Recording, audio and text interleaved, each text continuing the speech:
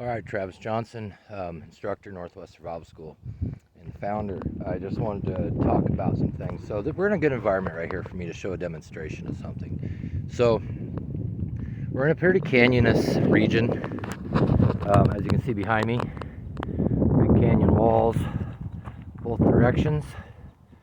So, and the top is right behind me. You can see where the top of it is, right up there, and the bottom way down there. Way down there, you can kind of see it. Let me get over closer to the edge here. All right, so there's the bottom down there. So now we know where the bottom is, we know where the top is. Now in shelter location, let's talk about shelter location for a minute. So one thing that I learned with shelter locations is you're always going to have to settle for a few different variables that happen in nature naturally. So, you know, you might be looking for that perfect shelter. It might not be the case. You just got to think logically, like where would be the best place to be. So here we are. We know we don't want to be at the bottom. And the reason we don't want to be at the bottom is because cold air falls. So a lot of people, if you think about camping or something out in the backwoods, let's go camp on the river, you know. Well, there's kind of a bad thing about that. When you're on that river, that's generally the lowest spot, path of least resistance, that water's going to follow it. That's always going to be the lowest elevation most of the time. So when you're down there, all that cold air is falling on you. The other thing that sucks about being down at the bottom, if this was running water still, like it was 20 years ago, you would notice that there's a cool breeze that goes over top of the water as the water flows. And that is because it's something moving. So something moving is always going to have a little bit of airflow with it. So it kind of drags down. It's great to go down there and maybe put a fire nearby the edge of the water and do your cooking down there, things like that. And then that way all that smell stays down there, then come back up to your shelter. Now, behind me you see the top, or the top over there. Now, obviously we wouldn't want to be up at the top of these regions because it's pretty wide open up there and you're going to get wind thrown.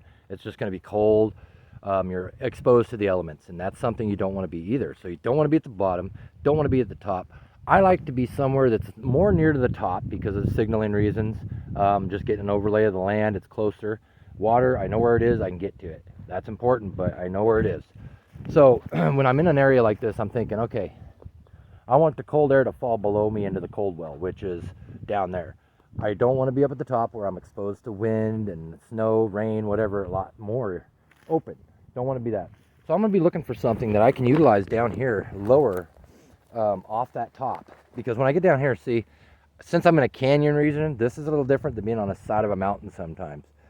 Because you're going to have a wind current that flows through the canyon at certain times, prevailing winds. So when you're in an area like this, your best bet is to find some blockage. Okay, so I know the water used to run that direction down this canyon. So if I'm going to be, I want to be on a bump on that side basically, so that air current that flows is going to also go over me. And I don't want to be up at the top again, like I said. So a lot of times I'll walk around and look for rocks, maybe like that one there maybe. It's a little close to the edge is the problem with it though. It's just a little close. You could really tuck in underneath of it there and make a fire, and you know, but it's really awkward. It'd be hard to sit there. Now over on the other side, I do see a couple more rocks. So let's walk over there and take a look at it. My coffee cup's over there. Don't get stolen. Stay. Okay. So, yeah, see there's some different... Whoa, I got to be careful because I know this doesn't do it justice on the camera, but I have to walk side hill. And if I fall, I go over the edge there. And it's a long ways down. And I don't really want to do that. So I really have to watch my footing here. So I'm trying to step where there isn't snow. And as you can see, I'm still sliding all over the place. So, okay. So this is the first location we talked about. Yeah, and see that, once you get to it, a lot of times that happens too. You'll see something that looks ideal, and you'll get over to it, and just like that, there ain't much there. A little bit on that side, but it's, again, real slip off there. You just slide down the edge at night. Not a good idea. So I would look up like this. I see a couple trees up here that are relatively close together. There you go. Boom. They're pretty close together. All those little areas, there's a bunch of trees through here. So I might go over there, or if you look beyond me here, you can see that rock face. I might go on the other side of that rock because now I'm protected from the winds coming that direction up the canyon. and then hitting me if I'm on that side. But I still, at this angle, it's going to be really hard for me to judge what the characteristics of the topography of the land is on that side. Is it really slippery? Is there a flat spot? Can't tell. So sometimes that'll happen. You know, you'll get in those areas and you'll be like, oh, this is perfect, and you walk to it and it's like, oh, this sucks. It happens all the time. So in shelter, with that being said, it's almost like trying to find a cave. You're never going to find that perfect cave, you know. And if I look across over here, it looks like there's a little opening, but see, even that can be deceitful. That little tiny opening right there, right? You see that? Let me fix my camera, sorry. Boom, right there. That little opening. It looks like a nice cave, but the problem is it's probably not. And even from here, I can kind of tell that it wouldn't make ideal. I'd have to do a lot of digging. Then it has really loose rock over top of it. So I couldn't have a fire there because then I'd risk the heat fracturing and then all the rock falling down on me in the middle of the night. So you got to be aware of that type of instruments too, or that type of issues that may be an occurrence. So it's just being aware like that will save you. But yeah. So with that being said, the other thing that you want to watch for is Widowmakers, of course. That's one of the things we teach you in our class, Widowmakers. And that's anything that's over your head that might fall in the middle of the night with heavy winds, heavy snows, whatever it might be during whatever season you're there. That's something you really got to watch for as well, because you don't want that happening. Trying to make my way back over to my coffee cup. And see, now I got to go over this here. And like I said, it's a slip off. If I fall there, I'm pretty much toast. And this is pretty... You know, the snow has melted. It's still a little frozen on top, so I can't dig in real well. I'm just kind of on this loose pack. Yeah, and I don't want to go over there. But say, a lot of times, that's the thing about shelters. You could see these areas and be like, oh, there has to be good shelter there. However, you get into the area and you start walking through it looking for shelter, and it's nothing like you see from one angle. So you really have to get in it deep when you're looking for shelter and walk all around it. Check your variables that might happen, air, you know, the currents that are coming through, anything above you that might fall on you in the middle of the night. You don't want nothing coming down and smashing your head in your shelter. So Widowmakers. So think about the 5 W's. What do we have? We have wood. Wood accounts for a few different things. Wood is there enough wood there for me to build my shelter? Also, is there enough wood there to sustain my fire, make tools, whatever I need to do? So I'm taking that into account. Second one's going to be water. Is there water for me to sustain my life? There's for X amount that I need, you know. Yes, there's water down there. It's not much, but it'll last me probably until early summer if I had to. So I got the 2 W's covered there. Also, water is also good because it also gives you an opportunity to find food there. So that's always a good thing, because everything needs to drink. So keep that in mind when you're trapping.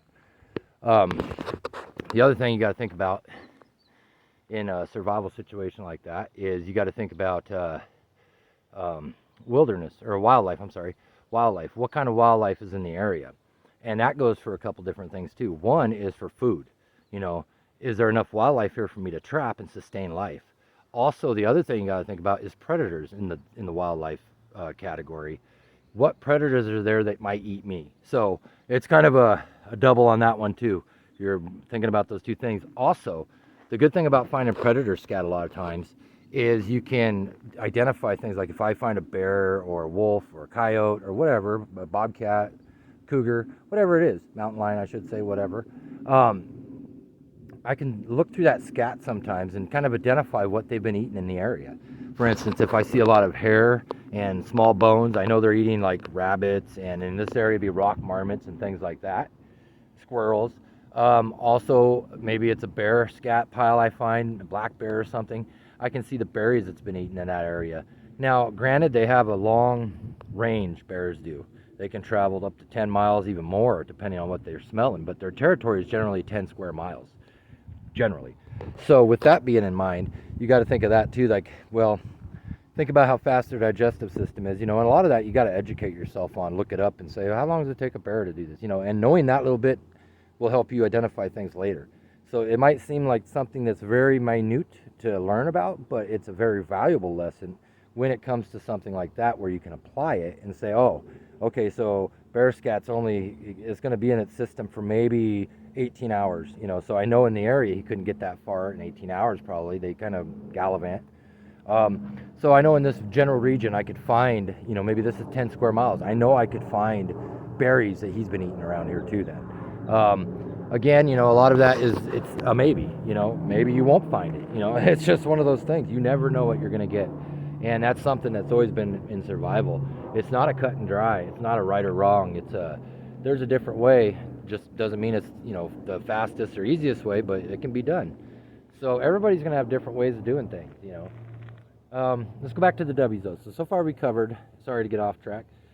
So far we covered wood, wildlife, water, Widowmakers. We talked about that, the first one. What do you think the last W would be on the 5 W's? So weather. Weather is going to be the last one, or one of the W's that we should talk about, one of the 5. Weather is going to determine how fast you need to go and find what kind of shelter. You know, do I have time to build an elaborate bush shelter, an A-frame between 2 trees and gather all the boughs? Or is a storm moving in so quickly that I have to go up here in this rock wall and wander until I find a nice cave that I can just duck in and get out of the rain? Or just tuck up underneath a canopy of a tree. So the weather is going to be a big variable when you're out there trying to survive and trying to find those elements that you need. You know, so that's why some of the main elements are covered in the 5 W's. You think about that. The 3 things we need in life mainly is food, or fire, shelter, water. Those 3 things. And of course food's there too, but you can go a long time without food. Water, not the case. Even when it's cold like it is here, it's like 36 degrees right here probably. And the thing is even though it's cold, it's still dry. So I can even tell in my nose, I dry out faster when I'm talking like this. And believe me, after all these years of teaching people, I talk a lot in the classes. So it normally doesn't bother me. I got used to getting a dry mouth and just working through it. And, you know, I might be out there teaching in the bush and not have water with me because it's back at base camp, you know. So that's one of those things. You get kind of used to it. But when it's dry, you can really tell. And I've taught in all different environments, and everywhere is a little bit different, but water has always been one of the main priorities. And of course, fire and shelter. So we talked about shelter, but you notice when we talk about the 5 W's, fire is included in there because you're looking for wood. So wood is for your shelter, wood is for your fire, you're covering 2. Of course, we got water too. So now we're covering all 3 main elements of life. The sacred pyramid of survival is what it's called. You know, fire, shelter, water. Your situation is going to dictate which one is going to be the most important for that. The way a camp setup should be too. Think about 300 feet apart from each of these triangular points, okay? 1 point should be down at the water's edge. 1 point should be at your shelter. 1 point would be at your latrine area where we do our dirty business. So you got to think of that way. And the reason is because in a survival situation, generally you're not going to have a weapon with you of any sort, maybe something you made, a primitive weapon like a spear like we talk about in school. But the main thing is you're not going to have a gun or something. So eliminating a lot of risk is really important, that risk mitigation in survival. So my shelter, I want it as sterile as possible. I just want it to smell like a tree when I crawl in there at night. I don't want nothing else around there. Maybe a fire if it's wintertime or if I need it. But my main fire is going to be down there at the water's edge. So now I have a place to clean all my food. I have a place that, you know, I talked about earlier, the current that runs down over top of water in a canyon like this, or in a waterway that's running. It's a little bit of wind. So when you're cooking down there, all that smell goes down and stays away from your shelter. And I'm not saying don't have a fire by your shelter for warmth and stuff, but don't cook by it. Don't eat by it. Leave that thing sterile. Same with when you urinate and do your other thing. Go out into the woods on that other triangle point, 300 feet away, and do it, dig it, bury it, you know. And if you don't have a something to dig with, like a shovel, well, that's fine. There's flat rocks all over nature, and you can always find a flat rock. But I won't go too much into this. This is just lesson 1, basically, on some shelter and some fire things. Talked about some water. If you want to know more, of course, subscribe and like to our channel. Of course, we have a Patreon account too, or whatever it's called. That you can contribute to, so we can keep going out like this and giving these videos out like this. And we appreciate your support. Remember to like and subscribe and hit that bell so you can see anything that we're coming out new. We're going to really hit it hard this summer and get some good content out there for you guys, and some pretty cool adventures in different areas. So I hope you guys enjoyed this. Travis Johnson.